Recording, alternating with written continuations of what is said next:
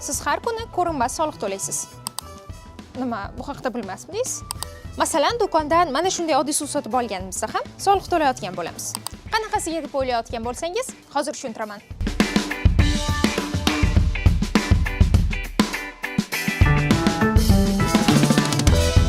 Rahmat.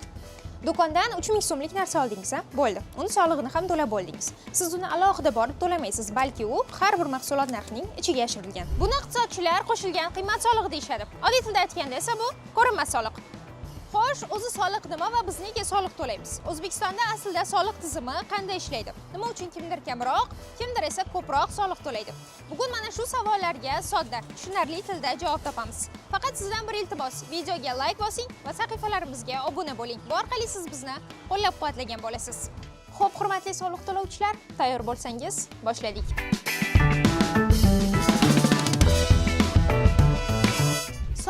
Soliq deyshadi. O'zi nima u? Soliqlar o'z cho'ntagimizdagi pulning ma'lum bir qismini o'z xohishimiz bilan davlat budjetiga topshirishimiz va har kim soliq to'lashi shart. Nega? Chunki biz individual ravishda o'zimizga shaxsiy armiya, shaxsiy kasalxona yoki 500 kilometrlik magistral yo'l qurib ola olmaymiz. Bu tizimni tartiblab turish uchun pullarimizni boshqalarniki bilan birlashtiramiz va bu pullarni boshqarishni menejerlarga, ya'ni hukumatga topshiramiz. Soliqlarni biz bir xil yo'l bilan emas, balki bir necha xil ko'rinishda davlat xazinasiga beramiz. Ana shu soliqlar asosan ikki xil turga bo'linadi: bevosita va bilvosita soliqlar. Bevosita soliqlar tarkibiga foyda solig'i, jismoniy shaxslardan olinadigan daromad solig'i kabi to'g'ridan-to'g'ri davlat budjetiga tushadigan mablag'lar kiradi. Ya'ni bu pullar sizning cho'ntagingizdan yoki kompaniyangizdan to'g'ri davlat xazinasiga ketadi. Bilvosita soliqlar esa qo'shilgan qiymat solig'i, aksiz solig'i va bojxona bojidan iborat bo'lib, ular odatda mahsulot va xizmatlar narxi orqali iste'molchiga, ya'ni siz bilan bizga yuklanadi. Keling boyiga ko'rinmas soliq, qo'shilgan qiymat solig'iga qaytamiz. Qo'shilgan qiymat solig'i ko'pchilik umuman sezmaydigan soliq turi hisoblanadi. Bugun har bir rasmiy xariddan 12% qo'shilgan qiymat solig'i to'laymiz. Ya'ni 100 so'mga narsa olsangiz, shu narxning 120 tiyini soliqqa ketadi. Mana shu soliqning foizi 2030-yilgacha 20% edi, keyin 15% ga pasaytirilgan. 2023-yildan boshlab esa bugungi 12% stavka belgilangandi. Shundan beri biz 12% qo'shilgan qiymat solig'i to'lab kelmoqdamiz. Xaridor bu soliqni alohida to'lamaydi. U mahsulot narxining ichiga qo'shib yuboriladi. Shu sabab qo'shilgan qiymat solig'i ko'pincha ko'rinmas soliq deb ataladi. Lekin hammaga ma'lumki, narxlar hamma joyda ham bir xil emas. Ba'zi joylar arzon, ba'zilari esa anchagina qimmatroq. Nega? Chunki qo'shilgan qiymat solig'i faqat rasmiy sotuvchilar va do'konlar tomonidan to'lanadi. Bu esa bozorda sotuvchilar o'rtasida nosog'lom raqobatni yuzaga keltiradi. Yaqqol misol sifatida Malika bozori va qo'shilgan qiymat soliq to'lovchi rasmiy do'konlar o'rtasidagi elektrotexnika narxi farqini keltirish mumkin. So'nggi rusumdagi iPhone narxi Malika bozorida boshqa. Qo'shilgan qiymat solig'i to'lovchi do'konlarga nisbatan kamida bir necha million so'mga arzonroq bo'ladi. Iste'molchilar esa arzonroq narx sabab ko'p hollarda norasmiy bozorni tanlaydi. Aynan shu sababli ham davlat uchun yashirin iqtisodiyotga qarshi kurashish, adolatli soliq tizimini yaratish yo'lida eng muhim qadam hisoblanadi.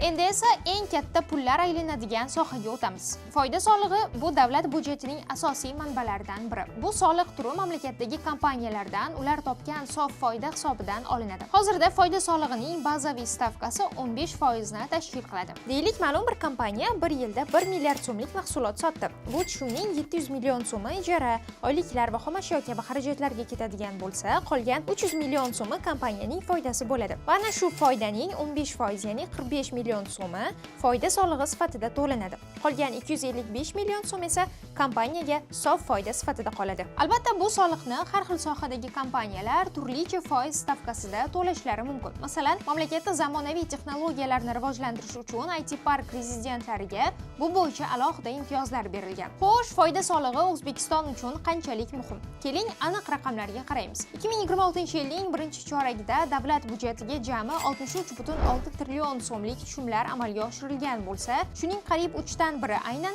mana shu foyda solig'i hisobiga shakllangan.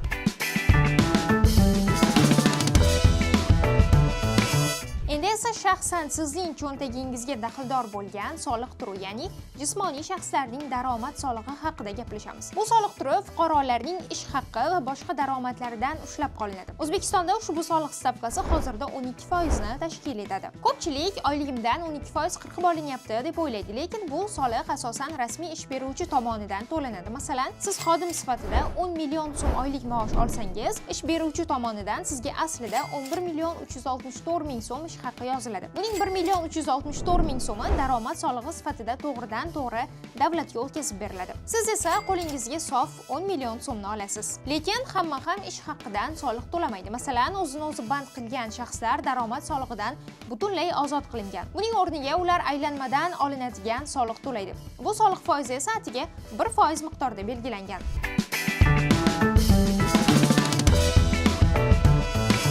Aylanmadan olinadigan soliq nima ekan endi deb boshingizni og'ritmay turing.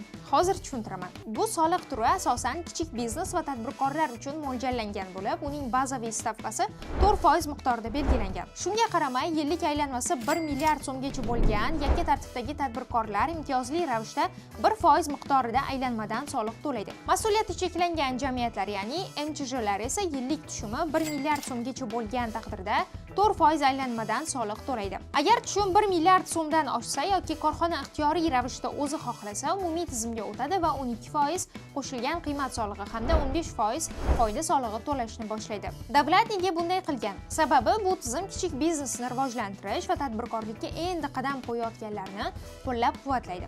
Kichik biznes oyoqqa turib olguncha unga yengillik beradi.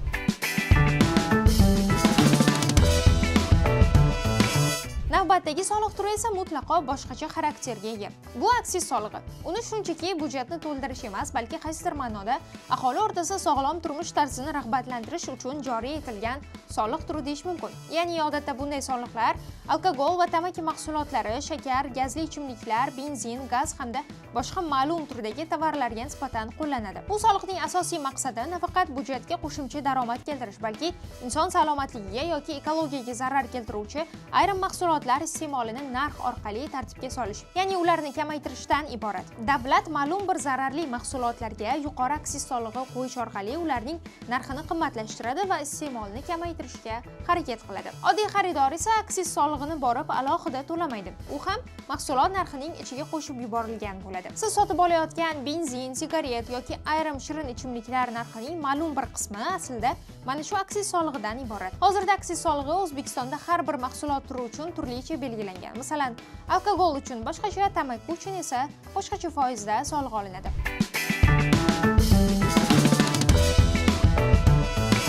Qisqa qilib aytganda, bugungi kunda O'zbekistonda amal qilayotgan asosiy soliq turlari quyidagilar: foyda solig'i, aylanmadan olinadigan soliq, aksiz solig'i, jismoniy shaxslardan olinadigan daromad solig'i, yuridik shaxslarning mol-mulk solig'i, yer solig'i, suv resurslaridan foydalanganlik uchun soliq, yer qaridan foydalanganlik uchun soliq, bojxona bojlari va boshqa majburiy to'lovlar. Mana shu ro'yxatdagi soliqlar davlat budjetining asosiy daromad manbasi hisoblanadi. Ko'rib turganingizdek, deyarli har bir o'zbekistonlik har kuni u yoki bu shaklda baribir soliq to'laydi. Kimdir ish haqqidan, kimdir shaxsiy biznesidan, yana kimdir esa do'kondagi oddiy xaridlari orqali davlat budjetiga mablag' o'tkazib turadi. Soliq tizimi qog'ozda ko'pchilikka juda murakkab, chalkash va tushunarsiz tuyulishi mumkin, biroq uning global vazifasi juda oddiy: davlat budjetini shakllantirish va mamlakat iqtisodiyoti ishlashini ta'minlash. Esingizda bo'lsin, aynan siz bilan biz tikkan mana shu mablag'lar hisobidan yo'llar quriladi, maktablar, bog'chalar va shifoxonalar faoliyati uchun